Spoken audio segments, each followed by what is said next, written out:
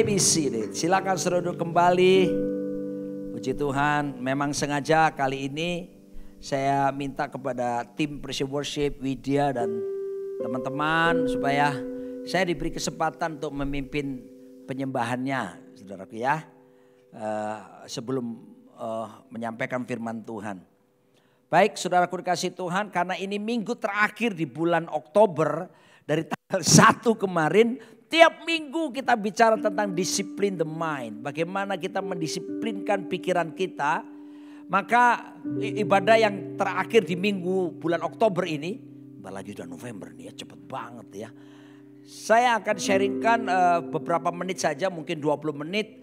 Selebihnya saya akan buat talk show kali ini ya. Supaya ada pertanyaan-pertanyaan tertentu tentang bagaimana kita mengelola pikiran itu dapat langsung terjawab atas setiap kita. Oh iya, saya lupa. Ada roket untuk anak-anak remaja yang usia-usia SMP, SMA. Anda bisa bergabung dengan beberapa Jesse dan her gang. Di sebelah sana ada di ruangan, nanti di ruangan yang lain dari sini ya. Kalau ada yang usia-usia SMP, SMA, Anda bisa bergabung dengan cewek-cewek itu ya. Oke ya, nanti ada kelas khusus buat kalian. Oke, saudaraku dikasih Tuhan, sengaja saya berikan ini, pikiran Tuhan. Gini loh, mengetahui pikiran suami istri kita aja kita gak bisa kok. Apalagi mengetahui pikirannya Tuhan. Tetapi saudaraku, pikiran Tuhan, Alkitab nyatakan, itu dinyatakan lewat kebenarannya. Ya, kita lihat dalam Yohanes 1 ayat 1. Alkitab berkata begini, pada mulanya adalah firman, in the beginning was the word. Dan firman itu bersama-sama dengan Allah dan firman itu adalah Allah. Jadi mula-mulanya itu firman. Ya, sebelum langit bumi ini ada, saudaraku, sudah ada firman lebih dulu. Dan firman itu sendiri adalah Allah itu sendiri. Nah, kata firman di sini menggunakan kata Yunani adalah logos, bukan rema, logos. Logos itu artinya apa? Logos itu bicara tentang pikirannya Tuhan. Saudaraku, sebelum semuanya terjadi, pikiran Tuhan sudah ada. Idenya Tuhan. Jangan bermain-main soal pikiran. Jangan bermain-main soal ide. Gedung ini bisa ada, pasti karena ada ide sebelumnya. Ya, saudaraku dikasih Tuhan, semuanya dimulai dari bagaimana pola berpikir seseorang. Nah, saudaraku, Tuhan menyatakan bahwa pikirannya ada di dalam firman Tuhan. Sebab itu betapa penting kita punya disiplin rohani untuk mengisi pikiran ini dengan pikirannya Tuhan. Selama kita berselaras dengan pikiran Tuhan, dengar saya saudaraku, jaminan diberkati itu saudara miliki. Jaminan bahagia itu saudara miliki. Jaminan saudara mencapai puncak potensi itu ada pada diri saudara. Asal kita mengisi pikiran kita dengan pikirannya Tuhan yang adalah firman Tuhan itu sendiri. Saudaraku, Yesus berkata langit bumi ini akan berlalu. But my words shall not pass away. Perkataanku, pikiranku tidak mungkin berlalu. Saya gak bisa bayangkan ketika pikiran kita dikuasai oleh pikiran firman Tuhan. Bukannya kita sok suci saudaraku. Tapi karena whoever atau whatever control your mind will control your life. Apapun yang menguasai pikiranmu akan menguasai kehidupanmu. Ketika pikiranmu dikuasai oleh pikiran firman Tuhan, maka pikiran firman Tuhan akan menguasai seluruh kehidupan saudara.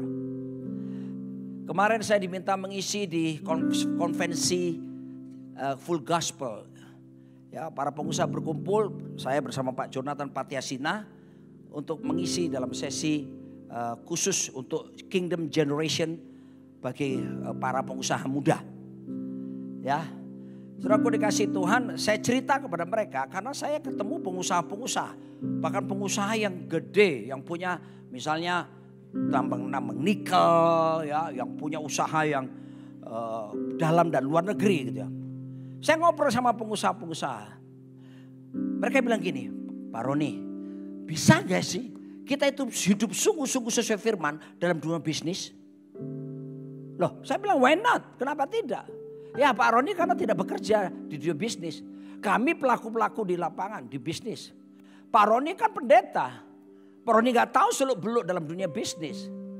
Mana bisa Pak, dia bilang gitu. Mereka bilang gitu. Mana bisa kita ini bisa hidup benar, memperhatikan firman Tuhan dalam dunia bisnis. Gimana mau dapat keuntungan Pak? Saudaraku, saya harap itu pikiran jangan ada di antara saudara yang bisnisnya di sini.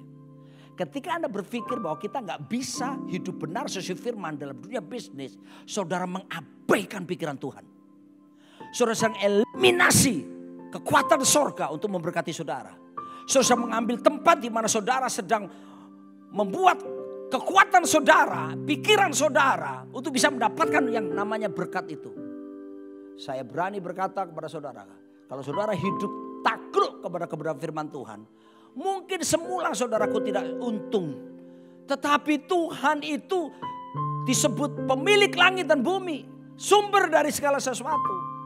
Petrus semalaman dengan teman-temannya cari ikan gak dapat. Tinggal Tuhan bilang sebelah kanan. Sekali saudaraku dia perintahkan ikan yang terbaik. Ada ahli berkata semua spesies ikan terbaik di Danau Galilea dikirim ke sana. Kalau Tuhan yang perintahkan berkat mau apa saudaraku?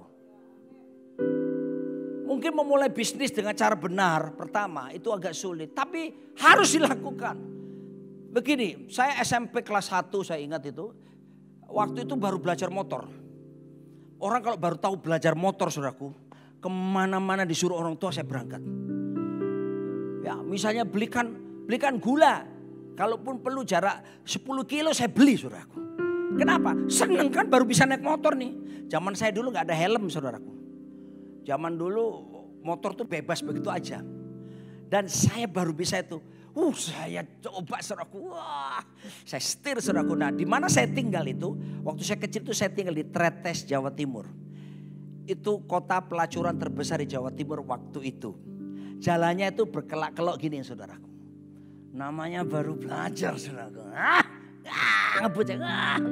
Tahu-tahu di depan saya ada mobil saudaraku. Mobil taksi. Seperti angkotan gitu ya, Colt T120 zaman dulu itu. Saya enggak bisa hindari saudaraku. Langsung di tikungan tajam. Kalau orang di sini Jawa Timur mengerti, Watu Adem. Watu Adem itu kompleksnya pelacuran di situ saudaraku ya. Wah saya mau tabrak saudaraku. Untung kepala saya ini enggak apa-apa, cuman kaki saya. Rupanya saya menghindar, sopirnya menghindar. Saya kena velg bannya saudaraku. Brak gitu. Saudaraku yang terjadi adalah kaki saya ini tulang misalnya gini ya. 3 ini retak. Lalu bengkak besar. Singkat cerita saya harus dibawa ke Malang. Yang butuh waktu 1,5 jam. Waktu itu saya harus ke Malang. Dan kemudian dokter ronsen semuanya. Dan singkat cerita saya harus di gipsum. Masih SMP kelas 1. Gipsum. Jadi teman-teman pada lari-lari ya.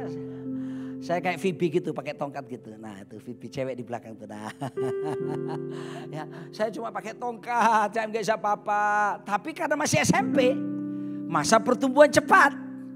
1 bulan. Nah, dokter cek lagi, singkat cerita saya dibuka gipsum saya. Dan mari saya beritahu saudara, kaki saya bisa sebesar sebelah. Yang dibungkus tadi mengecil, yang lebih gede yang sebelah kiri, kaki kanan saya mengecil. Saya ingat kali pertama saya setelah dibuka gipsum saya, gipsnya, saya jalan kaki itu orang Surabaya bilang dingklang, pincang sakitnya saudaraku. Waduh, dokter bilang gini, latihan jalan. Aduh sakit dokter, latihan jalan. Kalau enggak kamu terus-terusan dingklang, pincang terus-terusan. Dan saya latihan, dan saya terus latihan. Sakit sekali saudara, beberapa hari itu. Singkat cerita dalam waktu kemudian 2 mingguan saya bisa berjalan normal kembali. Begini saudara, Anda ketika memulai bisnis Anda dan Anda memulai dengan cara kebenaran, mungkin Anda pertama terpincang-pincang. Keuntunganmu bisa drastis turun. Tapi kalau saudara teruskan perjalanan bisnis Anda dalam Tuhan, maka yang pincang-pincang tadi saudaraku, maka saudara akan jadi terbiasa dan bisa berjalan dengan baik. Dan sepenuhnya roda bisnismu, roda rumah tanggamu, roda usahamu kamu kerjakan seturut dengan firman Tuhan. Halo? Jadi jangan ada pikiran gak mungkin bisa. Kalau saudara masih punya pikiran gak mungkin bisa, Bagaimana kita mempercayai Tuhan yang berdaulat dalam dunia bisnis. So, pikiran Tuhan. Roma 11, next slide. Ada lagu lama sebetulnya lagu ini Sharon. Oh, alangkah dalamnya kekayaan hikmat pengetahuan Allah. Sungguh tak terselidiki keputusannya dan jalan-jalannya. Siapakah yang mengetahui pikiran Tuhan? Siapakah yang menjadi penasehatnya? Sebab segala sesuatu dari Dia, oleh Dia, kepada Dia. Bagi Dialah kemuliaan sampai selama-lamanya. Ini lagu tahun 87 saudaraku ya. Saudaraku, siapa yang bisa mengetahui pikiran Tuhan? Siapa yang bisa jadi nasihatnya Tuhan? Saudara bisa jadi penasihat saya. Tapi tidak ada satupun daripada kita bisa jadi penasehatnya Tuhan. Siapa kita? So that's why kita butuh penasihat agung. Penasihat agung akan menyatakan nasihatnya ketika kita tunduk kepada keputusan firman. Sudahlah saudara. Jangan kita memakai double standard. Ya, kita campur adukkan saudaraku. Prinsip-prinsip yang ada, keyakinan kita manusia dengan firman. Menyerah total saja apa yang katakan firman. Sebab dunia dengan segala isinya telah dikuasai. Mari saya beritahu saudara, jangan terkejut ini. Alkitab bilang iblis yang menguasainya. Waktu iblis jatuh dalam dosa, Tuhan buang dia. Dan memang Tuhan kasih kekuasaan kepada iblis yang namanya kosmos ini. Makanya di Alkitab bedakan kata world and earth. Dunia dan bumi itu beda. Kalau bicara dunia itu sesuatu yang memang dikuasai kosmos oleh iblis. Tapi kalau earth itu bumi ini. Kita diizinkan Tuhan hidup di bumi ini karena kita ini diminta Tuhan menguasai bumi dengan segala isinya. Kita menguasai bumi, tapi untuk penguasa udara ini, kosmos ini, iblis yang menguasainya. Dan bicara kosmos, itu bicara tentang sistem yang dibangun oleh kekuatan daripada si jahat. Dan sistem itu pula yang sekarang banyak menguasai. Yang pertama, sorry to say, ini agak perkas, sensitif. Sistem itu telah menguasai agama. Ya, menguasai agama. Makanya saudaraku, kita bahkan di dalam kekristenan sistem itu telah bekerja. Jangan heran kalau ada gereja-gereja mengakui tentang LGBT sekarang. Pernikahan sejenis. Yang notabene Alkitab jelas-jelas berkata bahwa pernikahan sejenis itu bertentangan dengan firman Tuhan. Tapi sekarang saudaraku, sistem yang dibangun iblis itu masuk. Makanya menyedihkan 5 tahun lalu menerbitkan surat secara resmi, surat pastoral. Yang diedarkan kepada seluruh anggota yang menyatakan bahwa LGBT itu karunia Tuhan. Sistem agama mulai sistem yang dibangun dunia telah masuk kepada agama. Sehingga kompromi terjadi di mana-mana.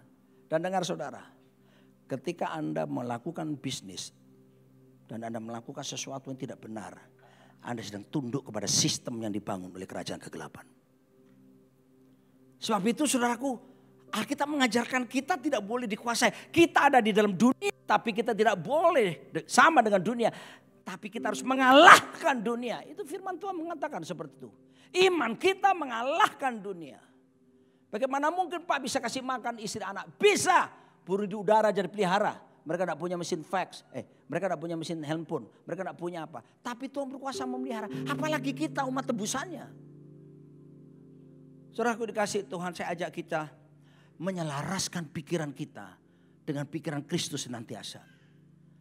Saya bukan sok rohani, tapi saya mau sharing apa yang saya alami sekarang.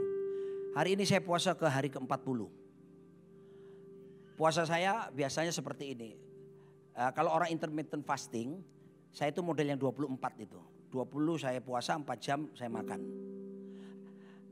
Sekarang hari ke-40 saya sudah kerjakan. Seminggu pertama turun 5 kilo, habis itu konstan. Karena sukacita. Nah, saudaraku, kenapa saya berpuasa? Bahkan sekarang sudah hari ke-40.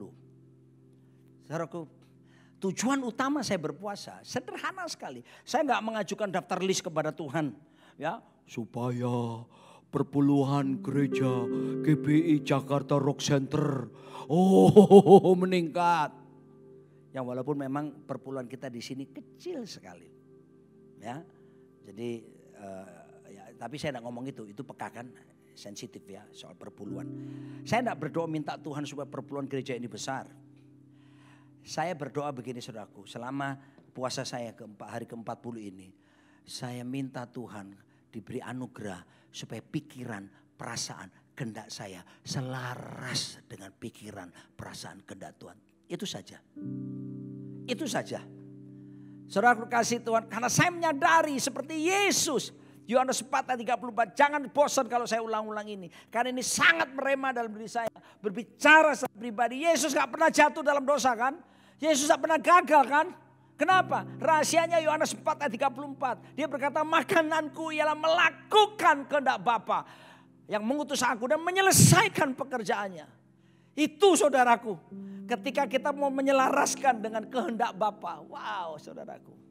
Yang terbaik pasti akan disediakan bagi setiap kita. Kehendak Allah dalam Roma 12 kan, apa yang baik, yang berkenan dan yang sempurna.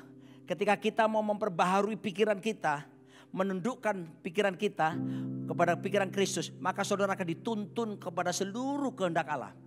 Berbicara kehendak Allah tidak bisa dipisahkan dengan kerajaan Allah. Sebab di mana ada kehendak Allah, di situ ada kerajaan Allah. Di mana ada kerajaan Allah, di situ ada kehendak Allah. Makanya Yesus mengajarkan doa, datanglah kerajaanmu dan jadilah kehendakmu. Karena di mana ada kerajaan, di situ ada kehendak Allah. Ketika Anda menyelaraskan pikiran Anda, perasaan Anda, kehendak Anda, tunduk kepada kehendak Kristus. Maka saudaraku, Anda sama dengan mengizinkan pemerintahan kerajaan Allah. Di mana Yesus jadi raja, betul-betul berkuasa secara penuh dalam hidup setiap kita. Sederhana tujuan saya berpuasa. Ya, saya tidak meminta supaya jalan kaki bisa terbang 2 cm. Tidak, saudara malah pingsan nanti lihat saya seperti itu. Tapi upaya ini saudaraku, mau gak mau harus dilatih secara terus menerus. So that's why betapa pentingnya pelajari, baca kitab suci. Kenali jalan-jalan Tuhan saudaraku.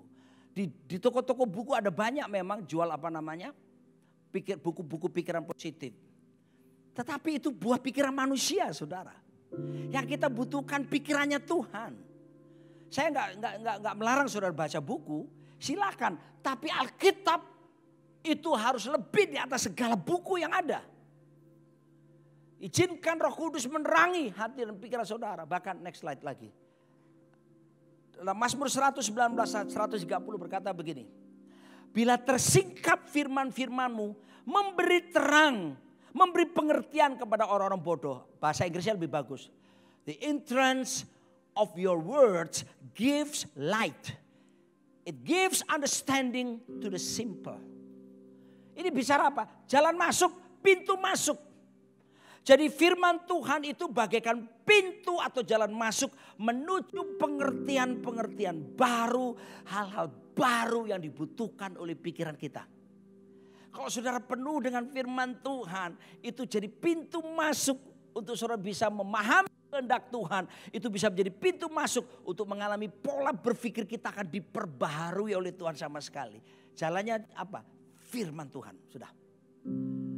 Jadi saya suka kirim renungan harian kepada grup pekerja. Tolong jangan dilewati saudara ya. Tiap pagi saya bangun tidur, hal yang saya lakukan adalah kirim saudara firman Tuhan. Bahkan ada beberapa orang yang saya kirimi langsung nama per nama. Tujuannya supaya saudaraku memulai harimu dengan firman Tuhan. Karena di luar itu kamu tidak bisa berbuat apa-apa. Sekali lagi ya, dunia ini semua sistemnya telah dikuasai oleh si jahat. Saudara harus tahu itu persis. Sistem perpolitikan pun dikuasai oleh si jahat. Mau ngomong apa saudaraku sekarang? Makanya kita harus bergerak. We have to move. Not only we have to. We must move in the opposite spirit of the world. Bergerak dalam roh yang berlawanan. Saudara masih bersama saya? Is there anybody home? Sehingga yang, saudara lihat ini. Yang bodoh jadi berpengertian. Makanya saya yakin kita ini tidak berbicara soal kecerdasan secara akut tok, saudaraku. Saya yakin percaya ketika firman menguasai saudara, Tuhan akan berikan kita kecerdasan lengkap, completely intelligence. Pertama, IQ. Ini kecerdasan otak kita. Ya, intelligence quotient. Tuhan juga akan kasih kita yang kedua, apa yang disebut dengan EQ, emotional quotient. Karena kita menyelaraskan pikiran perasaan firman. Itu akan menolong kita untuk cerdas secara emosi. Enggak sembarangan, enggak emosional, mampu menguasai diri. Dan itu betul, enggak bisa datang dalam satu malam. Itu proses latihan yang terus menerus. Yang ketiga, Tuhan akan bawa kita punya kecerdasan SQ, spiritual quotient. Wah, secara rohani diberi kecerdasan. Tapi yang berikut ini, EQ, apa itu? Adversity quotient, kecerdasan tahan banting, kecerdasan di mana kita dalam tekanan itu tuh tetap berdiri teguh, nggak sampai, kok Tuhan begini ya, kalau begini caranya, gua nggak usah pelayanan, nggak usah gereja, nggak ada mental-mental seperti itu. Tuhan, aku sedang mengalami badai. Tuhan, aku mengalami kesukaran. Tapi aku tahu kau sedang melatih jari-jariku untuk bertempur. Kau melatih tanganku untuk berperang. Engkau membuat lenganku cakap melenturkan busur tembaga. Aku percaya Tuhan, kau tak pernah tinggalkan aku. Bersamamu aku akan lakukan perkara yang besar. Aku bukan pecundang. Aku pahlawan bersamamu. Bersamamu aku lakukan perkara-perkara yang besar. Itu kalau orang sungguh-sungguh membiarkan pikiran, perasaan, kehendaknya dikuasai dan kebenaran firman Tuhan. Saya tidak berkata ahli Taurat. Ahli Taurat itu cuma tahu sekedar pengetahuan, tapi tidak pernah mengusahakan untuk dirinya melakukannya. Yang saya sedang beritakan kepada saudara, kita harus konsekuen. Minta anugerah Tuhan, tolong Tuhan beri kemampuan untuk melakukannya hari demi hari. Khotbah saya sederhana saudara ya, tapi kalau ini dilewatkan saudaraku, wow. Sekitar kita ini, sudahlah mau bilang sistem apa? Wong gereja aja sekarang beberapa gereja dikuasai sistem kegelapan kok. Mau bicara apa? Dunia hiburan apalagi? Betul gak saudara? Saya sudah pernah cerita anak cucu saya di Amerika. Kita nonton bareng YouTube. The wheel on the bus go round and round, round and round, round and round. The wheel on the bus go round and round, all through the town. Saya nonton sama cucu saya. Tahu-tahu sementara itu iklan muncul. Dalam bentuk apa lagi? Kartun juga. Tapi ngajari anak-anak tentang apa? LGBT. Segala sistem sudah dikuasai. Apakah kalau gitu kita jauhkan segala televisi? Kita jauhkan segala media-media? Enggak juga. Kita tetap nonton televisi. Tapi sekarang ada standar ilahi di pikiran kita. Ada standar kebenaran menguasai kita. Ketika itu ditawarkan dunia, kita berkata tidak. Amin. Sama waktu sudah nonton film, tahu-tahu muncul adegan pornografi. Saya tidak ajari saudara supaya saudara terus lihat begini. Kalau itu sih sederhana saja. Ambil remote control, matikan, ceklek, beres sudah. Majuin, klik, klik, klik, klik. Kayak istri saya tuh. Makanya sekarang kami berdua kalau nonton film saudaraku, Netflix di rumah. Kita baca peringatannya. adegan kekerasan, adegan seks, telanjang. Nah sudah, langsung istri saya berkata, lewat. Nah nonton saudaraku. Atau kalau orang bilang, wih bagus sekali. Anak saya bilang, ini kisah nyata mah, apa semua gini ya. Kita punya polisi dirubah. Remote dipegang oleh istri. Sekalipun saya pendeta saudaraku. Pendeta juga manusia. Mata kita ini laki-laki ini. Atau mungkin cuma saya. Atau Pak Jansen mungkin lain ya. Makanya begitu istri saya pegang. Begitu sudah mulai kelihatan. Dua orang masuk kamar. Terus mulai kepala ketemu kepala. Terus digoyang-goyang gini. Langsung dia maju. Gitu. Nah. Karena memang kita ada di dalam dunia yang dikuasai sistem. Tapi bukan berarti bahwa ayo meninggalkan sistem. Gak bisa. Lawan itu sistem yang ada. Saudara masih bersama dengan saya ya. Tolong istriku kau mari sekarang karena aku janji Q&A. Ya. Dia baru selesai pelayanan di GBI Rock Pluit. Jadi dia tadi datang terlambat.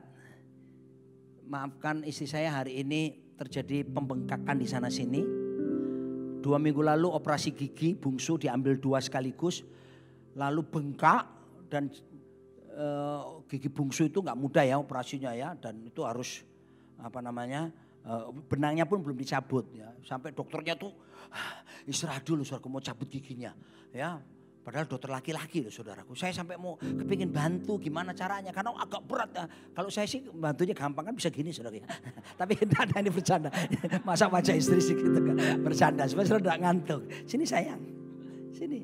Jadi istrinya agak bengkak. Terus tiba-tiba kemarin saudaraku matanya bangun tidur bengkak. Kemasukan bakteri saudaraku ya. Jadi tolong perhatikan ini bukan saya tonjok loh ya. So, jangan berpikir negatif. Pendeta nonjok istri. Pipinya bengkak, matanya bengkak gitu ya. Oke. Saudara aku dikasih Tuhan. Ini yang kami lakukan tiap hari di rumah. Kami punya budaya 31 tahun pernikahan kami. Pagi-pagi kami selalu bangun pagi lalu mesbah keluarga. Muji menyembah Tuhan sampai tadi pagi. Selama 31 tahun pernikahan yang sudah kami lewati. Dan dia bilang sama saya gini. Kamu sih memang pendek, ya memang gak usah disangkali ya memang pendek.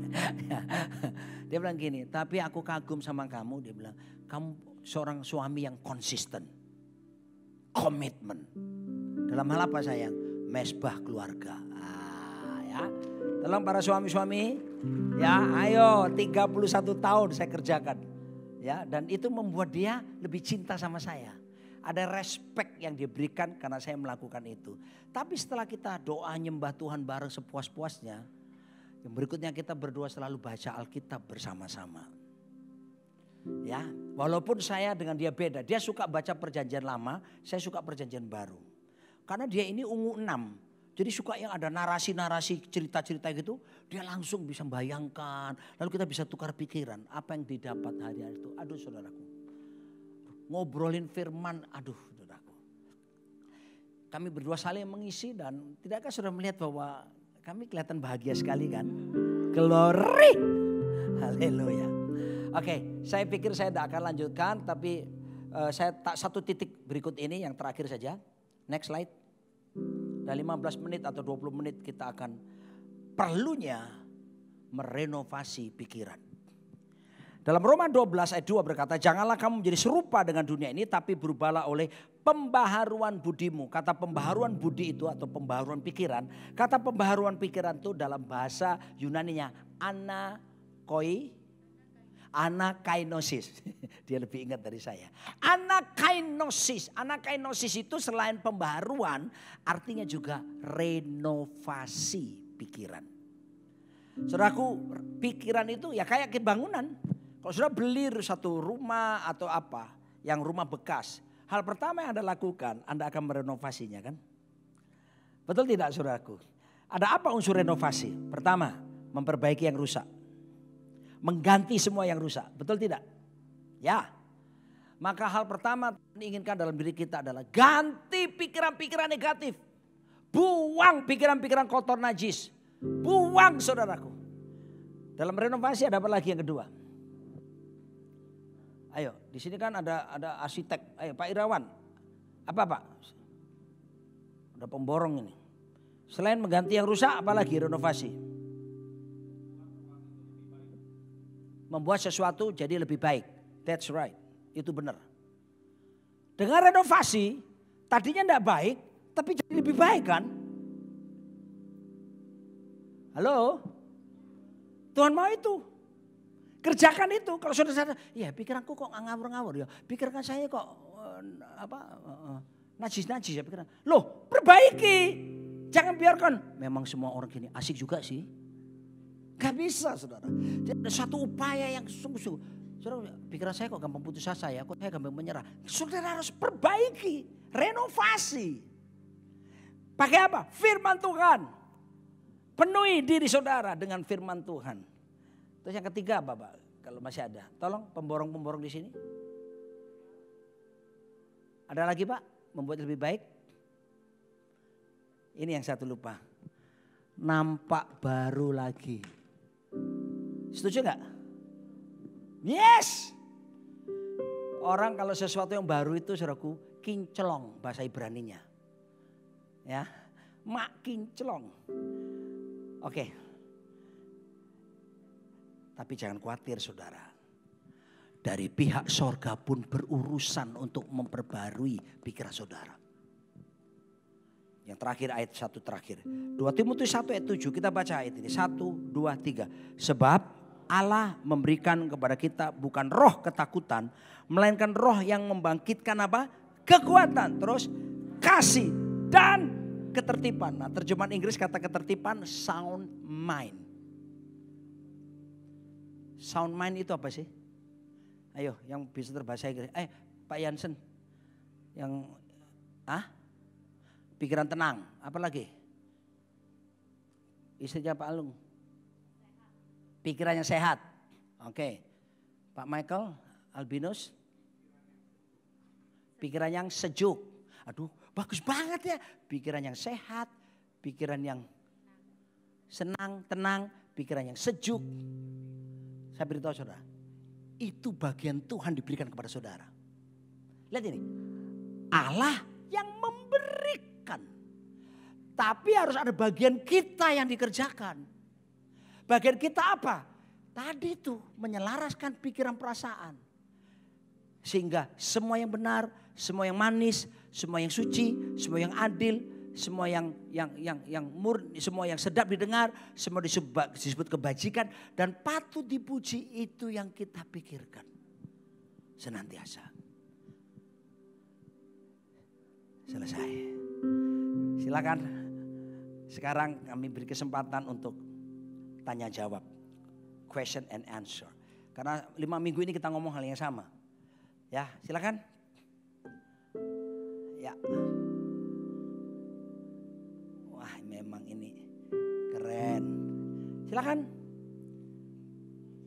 Saudara masuk TV loh nanti ya, di syuting. Silakan, ada pertanyaan tentang biasa Pak Wira kata istri saya. Mana beliau? Oh, kali ini enggak ada. Ayo silakan saudara. Bu Lydia silakan. Terima kasih Pak Roni. Mungkin pertanyaannya adalah kalau sama Kristus kita mau nyamain pikiran kayaknya mantep pasti gampang ataunya kita tunduk lah. Tapi kalau perbedaannya antara orang gitu, kakak beradik, suami istri, orang tua dan anak gitu. Menyikapi firman Tuhan pun bisa beda menurut saya. Contohnya ya kemarin saya ngobrol soal misalnya kita kalau sama uang itu jangan terlalu pelit misalnya kita ngomongin itu. Kasih aja kebutuhan orang kasih.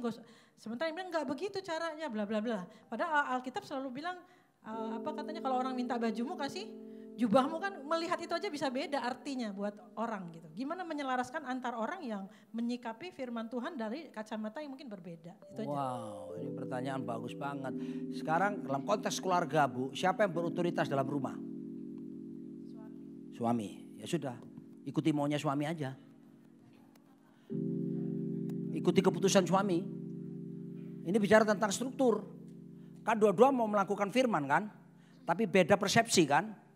Tapi kalau yang satu berkata begini, satu begini, nanti anak berkata begini. Maka yang terakhir yang membuat keputusan harus suami. 1 Korintus pasal 11, Efesus pasal ke-6 menjelaskan suami itu kepala.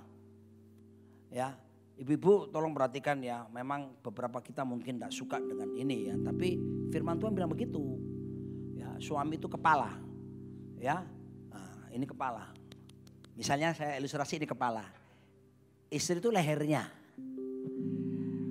Kalau istri terlalu kaku ngatur suami, kaku, dipanggil orang sebelah kiri, Pak Roni. Dipanggil belakang, tidak bisa gini. Suamimu tidak akan maksimal Pak, Bu.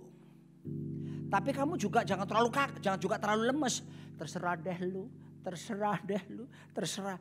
Kau harus ungkapkan pendapatmu. Kalau sudah cuma menyerah terserah, itu kayak terlalu lemes. Tidak sanggup menyambah kepala ini. Maka akibatnya saudaraku, kita tuh selalu orientasinya ke bawah saudaraku. Karena tidak ada dua-duanya kerjasama untuk saling menguatkan. So, bila dalam seperti itu Bu, kembali ke struktur aja lah yang Tuhan tetapkan. Silakan. Wah, enaknya dia bantu saya. Pak David, thank you. Tes. Udah, thank you. Tiap orang kan pasti beda karakter ya Bapak Ibu ya. Kalau bicara antar manusia itu memang nggak mudah juga. Gini, saya bicara praktikal aja. Saya kan orangnya ungu, Pak Roni kan kuning. Udah sering kita sharingkan. 1 ballpoint aja buat saya hilang, saya cari sampai ketemu. Buat Pak Roni tas koper hilang itu, ya sudahlah gitu. Kayak kemarin. Sudah berkali-kali koper hilang. Kayak kemarin yang masalah tiket kan, Ketinggalan. yang saya cerita itu buat saya tuh beban banget, buat dia tidur nyenyak gitu ya. Nah gimana masalahnya? Gini, yang pertama menurut saya meet in the middle dulu. Jadi kalau Bapak Ibu pernah dengar istilahnya yang ditulis sama Pak siapa? agree to not disagree. Pernah dengar ada istilah agree to not Begitu saya angkat tangan disagree. langsung terjawab kan. Jadi Peranan suami begitu. kalau agree to not be agree ini agak istilahnya jadi gini Bapak Ibu, selalu salah satu jadi korban. Agree to not disagree atau apa bahasa Inggrisnya? Agree to disagree. Agree to disagree gitu ya. Nah, Tirsa kasih bantuan kepada kami bahwa kalau agree to not be to disagree. Agree to disagree. Maklumlah Bapak Ibu ya Inggris Jawa ya seperti ini loh ya. Agree to disagree itu akhirnya salah satu jadi pihak korban. Jadi sekarang kita belajar untuk meet in the middle. Yuk kita rundingkan. Bicarakan gimana sih supaya nggak salah satu jadi korban. Memberi pun buat saya pernah bilang sama beberapa jemaat ya, kebaikan hatimu itu penderitaanku. Karena apa Bapak Ibu? Dia selalu seringkali akhirnya dimanipulasi orang. Saya bilang kebahagiaanmu penderitaanku. Tapi sekarang kita belajar untuk kita ketemu di tengah. Cuman Bu Lydia, kalau gimana kalau orang lain nih, kita kan belum tentu bisa kayak suami istri, agree to not be agree itu tadi. Kalau kakak adik gimana? Itu kan bukan hal yang mudah. Gini, pikiran tiap orang, prinsip tiap orang kan berbeda. Kadang-kadang aja soal firman Tuhan, tadi Bu Lydia permisalkan, oh tafsirannya Pak Jansen menafsir segini, saya menafsir segini. Seringkali kan kita kasih ilustrasi gajah nih, kamu pegang dari buntut ekornya, kamu akan melihat oh gajah itu, oh kecil ya pegangannya. Oh orang pegang dari samping, oh telinganya besar ya, oh gajah kayak gini. Ada lagi orang pegang belalainya, oh gajah itu panjang. Tiap orang itu pasti punya pola pikir, apakah salah? Ya enggak juga karena dia melihatnya dari sisi sebelah sini. Nah maksud saya kalau kita melihat pola pikir seperti ini gini loh. Oke kita saling menghargai kok. Saling menghargai, kamu memandang seperti itu ya oke. Jangan sampai saudara bersaudara jadi baku pisah, jadi baku berkelahi karena memaksakan pola pikirnya. Kita saling menghargai. Jadi saya simpulkan kalau suami istri meet in the middle, ketemu di tengah, kita rundingkan. Karena kita tinggal bersama ya. Dan tetap yang ambil keputusan. Suami. Perlu tahu itu. Makso ini Bapak Ibu ya. Tapi kalau orang lain di luar pasangan kita bisa menghargailah. Karena kita sekolah Alkitab aja Bu kadang-kadang sementara perkuliahan bisa terjadi perdebatan. Kayak tanya Pak Erwin ya Pak ya, lagi kuliah beda perdebatan tapi kita saling menghargai. Ya, Ada lagi? Apakah terjawab Ibu Lydia? Oke ya. Oke. Wih. Ibu Istrinya Diana, sekarang. istrinya sekarang ya. Sebenarnya udah dijawab sama Pak Roni, tapi sama Ibu juga, tapi saya ulang lagi ya. Contoh buat kami sebagai pemimpin yang komitmen mengajak istrinya untuk menara doa. Tapi Tes.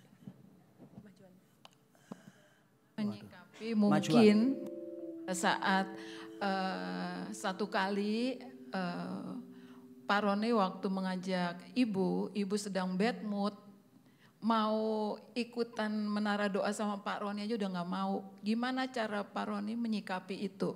Itu pasti bisa terjadi buat keluarga. Sepertinya sih kelihatan Pak Roni sama Bu Nancy oke-oke aja ya. Tapi kita pengen tahu, pasti kan satu kali ibu atau Pak Roni ada yang mungkin ya bad mood saat itu mungkin ada masalah. Bagaimana mengajak keluarga kita tetap konsisten untuk menara doa. Terima kasih Pak. Terima kasih Bu. Begini, kami menikah tahun 92. Di siang hari Pak Arifin yang memberkati pernikahan kami. Malam hari, malam pertama loh ya. Saya bilang sama istri saya, sayang kita tambah komitmen pemberkatan nikah dengan 2 poin lagi. Dia tanya sama saya, apa saja? Pertama, penambahan ya, addition.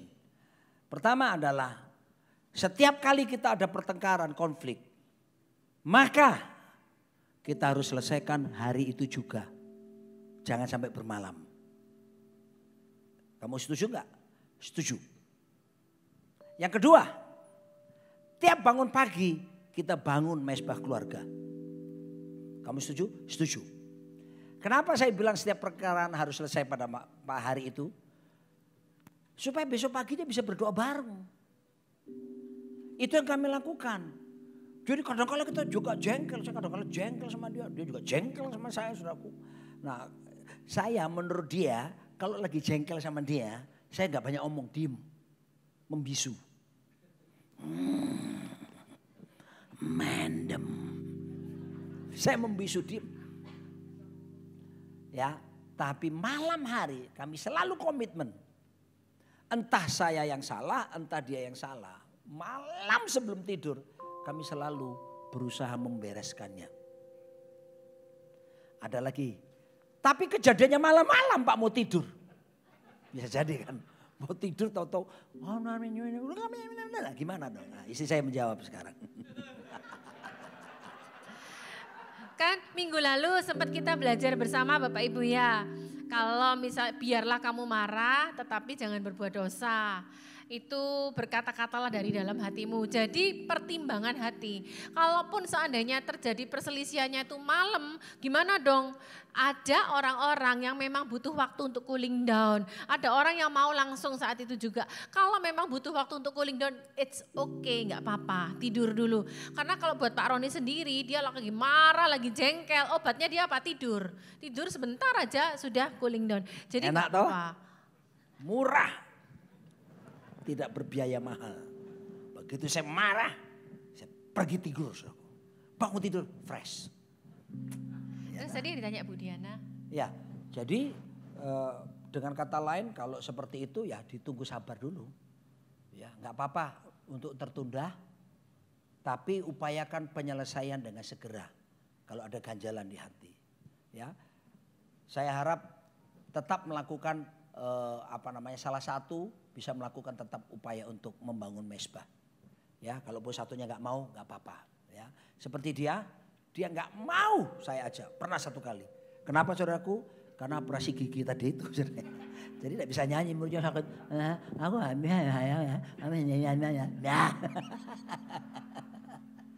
ya. Oke. Pertanyaan terakhir.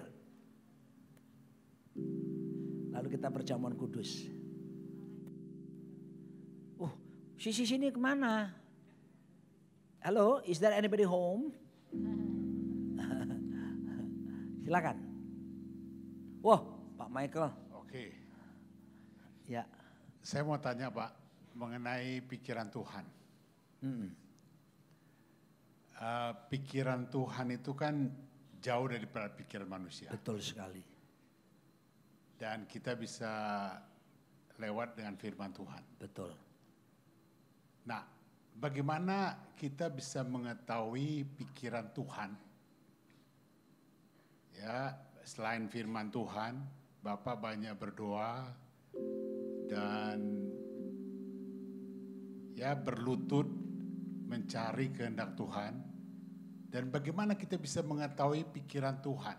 Itu selaras sesuai dengan kehendak Tuhan. Itu yang mau saya tanyakan yang pertama. Yang kedua, saya lahir tahun 61, Pak. Zaman itu zaman jadul. Ya. Jadi tidak ada Instagram, nggak ada Facebook. Nah, puasa itu, puasa sekali-sekali nggak usah lihat media. Puasa medsos. Ya. Puasa tidak Puasa medsos. Mesos. Karena mesos ini pengaruhnya luar biasa sekali. Bahkan di gereja sendiri orang main medsos. Ya, sementara khotbah. Iya, khotbah. Jadi Biarlah yang telinga tidak mendengarkan. bagaimana kita menjembatani medsos ini? Memang kita perlu, tapi dulu kita bisa hidup. Jadi gimana kira-kira pengalaman Pak Roni sendiri dengan Ibu Nancy? Pertanyaan 1 saya jawab, pertanyaan 2 kamu yang jawab ya. Medsos. Karena saya pernah dimarahin sama dia gara-gara medsos. Kalau saya jawab nanti kurang pas, biar dia yang jawab. Begini, bagaimana kita bisa menyelaraskan pikiran kita dengan pikirannya Tuhan. Yang notabene itu tertulis di dalam Alkitab. Pak, tidak bisa datang dalam satu malam. Dalam 1 Timotius pasal yang keempat ayat 7b. Di sana katakan, latihlah dirimu beribadah. Nah, kata beribadah yang dipakai di situ adalah eusebeia. Bukan ibadah kebaktian seperti ini, tapi godly dalam bahasa Inggris. Godliness, keserupaan dengan Tuhan itu butuh dilatih. Jadi untuk menyelaraskan pikiran kita supaya serupa dengan Tuhan, selaras dengan Tuhan, butuh dilatih. Saya kan sudah dibilang gak bisa datang dalam satu malam. Nah, kata latihlah itu dalam bahasa Yunani adalah gymnazo, gimnastik, atau akar katanya gym. Saudara pernah nge-gym? Ya, saya tadi cerita di Depok. Saya ini punya grup kuliah, saudaraku. Dikirimi foto sama teman saya kuliah. Pas mandi di kolam renang. Saya pas di atas begini foto. Kuliah ini, berapa puluh tahun lalu kan. Perut saya six pack, saudaraku. Langsung saya panggil istri saya. Noni, sini. Lihat aku waktu masa mudaku. Wah, dia lihat six pack. Habis dia lihat HP saya, dia lihat perut saya sekarang 6 month. 6 bulan. One big pack or the whole pack. Tapi kalau saya panggil instruktur Adirai dan dokter kesehatan gizi untuk kelola makan saya dan latihan saya, tiap hari saya disiplin latihan. Kira-kira saya bisa six pack gak? Sangat bisa. Maka saya suka ulang ini, tapi ini gak apa-apa, ini mesti diulang lagi. Saudara harus berlatih. Karena dengan berlatih tadi akan menghasilkan kebiasaan. Lihat poin yang kedua. Karena dari kebiasaan saudara terus melakukannya, maka jadi yang ketiga, budaya. Budaya adalah segala sesuatu yang kita lakukan tanpa berpikir lagi. Karena apa? Gaya hidup telah jadi darah daging. Saya ulangi ya prosesnya. Latihan menghasilkan apa? Kebiasaan. Dan kebiasaan menghasilkan budaya. Saya kasih contoh lagi lah. Walaupun pernah saya khotbahkan ini. Tapi ada beberapa orang yang saya lihat waktu itu saudara tidak ada di sini. Kunci G. Saudara jawab lagu saya ya. Bukan your name is power. Bukan. Saya nyanyi lagu ini. Bangun tidurku terus. Lebih keras. Tidak lupa. Oke ya. Saya tanya sama saudara yang tadi bangun tidur. Ada gak yang bangun tidur tadi pagi. Saudara duduk dan mikir keras sama pegang kepala dipencet-pencet. Wah habis ini ngapain ya? Terus saudara sadar, oh iya ya mandi. Ada? Maaf saudara, kalau ada di antara saudara sampai seperti itu, saudara stres, depresi saudara. Gak perlu kan kita harus berpikir keras. Kenapa? Sebab mandi sudah jadi budaya buat kita. Sejak kecil papa mama ngelatih kita sikat gigi mandi. Begitu kita latihan tiap hari bertumbuh kita lalu jadi kebiasaan mandi sikat gigi. Dan terus kita lakukan sampai hari ini. Saudara masih mandi sikat gigi enggak tadi pagi ya? Ya, sudah budaya kan sama Pak. Latih tiap hari. Kalau saya makanya saya mau sertai dengan puasa. Karena ternyata dengan berpuasa itu membuat saya lebih terfokus sekali. Saya menghindari makanan yang saya suka-suka kok. Itu di sana tadi itu ada ayam apa namanya Singapura nasi Hainan, wanginya pisang panjang-panjang goreng manis itu. Saya coba lirik sini sebentar saya pergi. Saya mau belajar menguasai diri. Jadi itu Pak ya jawaban saya pertama. Yang kedua kamu sayang. Karena sekarang semua yang ada di muka bumi ini ada di handphone kita kan. Oke, mau ngomong apa? Jam tangan di sini, koran di sini, ATM di sini. Mau bayar apa lagi? Tanya, oh dokter, halo dok, di sini. Mau aplikasi, mau belanja, Shopee lah, Tokopedia. Oh Shopee, ini ada orang Shopee di sini nih. Mau Shopee lah, mau belanja, mau melakukan apapun semua di sini. Kalau Pak Michael bilang dulu kok bisa. Sekarang kok enggak bisa? Ya kalau secara fungsi Bapak Ibu enggak bisa dipungkirin karena sekarang semua fungsinya di sini Pak. Suatu kali kami keluar pergi, ups handphone saya ketinggalan. Saya pikir oh bisalah saya hidup tanpa handphone. Tapi ternyata saya lupa GPS, mau ini itu semua di sini. Mau enggak mau saya pinjam handphonenya Pak Roni. Saya pakai itu. Nah sekarang batasannya di mana Pak? Menurut saya yang pertama Roma 12 tadi dikatakan janganlah kamu serupa dengan dunia ini, berubahlah oleh pembaruan budimu supaya kamu dapat membedakan manakah kehendak Allah, apa yang baik. Oke, kalau pakai kita handphone ini baik gak sih? It's okay menurut saya. Apakah yang itu berkenan? Selama itu kita tidak nonton yang tidak benar, itu berkenan. Nah, terus kemudian kita lihat levelnya yang sempurna. Jadi semua kembali kepada Roh Kudus yang di dalam kita yang akan memberikan, oh ini sudah melewati rule, melewati batas-batasnya. Bapak Ibu, kalau kita nonton Netflix aja ataupun YouTube aja, ini kan ngomong toh, it's awards. Kalau sudah mulai, oh, makanya kita sepakat Bapak Ibu kalau sudah mulai kissing gini, kita langsung cepetin. Makanya yang menjadi Pak Michael tanya batasannya di mana? Firman Tuhan bilang apa yang baik, apa yang benar, apa yang sempurna. Roh Kudus di sini yang menjadi firman Tuhan berkata dia yang mengajar dan yang mengingatkan kita. Batasan kedua Pak, menurut saya ini sekalian saya curcol ya Pak ya. Batasan yang kedua adalah pasanganmu Bapak Ibu. Kalau pasanganmu kiranya sudah mulai helep-helep, teriak-teriak, jangan lagi, lebih baik kurangin. Karena bagaimanapun juga kita akhirnya tanpa sadar lebih seringan waktu kita ke sini daripada waktu kita kepada pasangan kita. Duduk di meja makan bukannya kencan tapi malah kencannya sama yang di sini. Jadi batasan yang pertama firman Tuhan Roh Kudus dalam kita yang ngingetin. Yang kedua orang-orang yang dekat sama kita, pasangan kita atau anak-anak kita itu yang menjadi batasan Pak Michael. Karena kalau dibilang dulu bisa, kok sekarang enggak bisa karena semua serbanya sudah di sini sih Pak, gitu ya. Kemarin saya dikirimi seseorang di Instagram saya. Ada satu keluarga suami, anak 2, cewek 1, cowok 1. Yang memang sukanya tiga-tiganya itu pegang HP. Begitu duduk di meja makan pun mereka bertiga pegang HP semuanya. Lalu mamanya ke dapur ambil makanan, satu panci besar ini ditaruhnya di meja makan. Cerak dibuka. Mereka kan enggak lihat bawa apa itu karena mereka lihat HP semua. Satu kabel ditaruh di sini. Satu stop kontak ditaruh di sini. Satu apa semua. Mereka mikir makanan semua. Begitu selesai melihat, loh kok ini kabel, kok ini iPad, kok ini apa. Lalu mamanya sedang mengajari keluarganya. Kalau di meja makan yang urus makan. Ya, kalau mau makan ya makan kabel itu. Kabel iPad itu, makanan ya, itu ya dan semuanya. So Kita butuh ini, tapi mari kita bedakan ya. Dan ini berbahaya sekali. Satu kali saya baru sembuh COVID itu, baru sembuh COVID nih. April ya waktu itu ya. Saya lagi makan nih di rumah ini.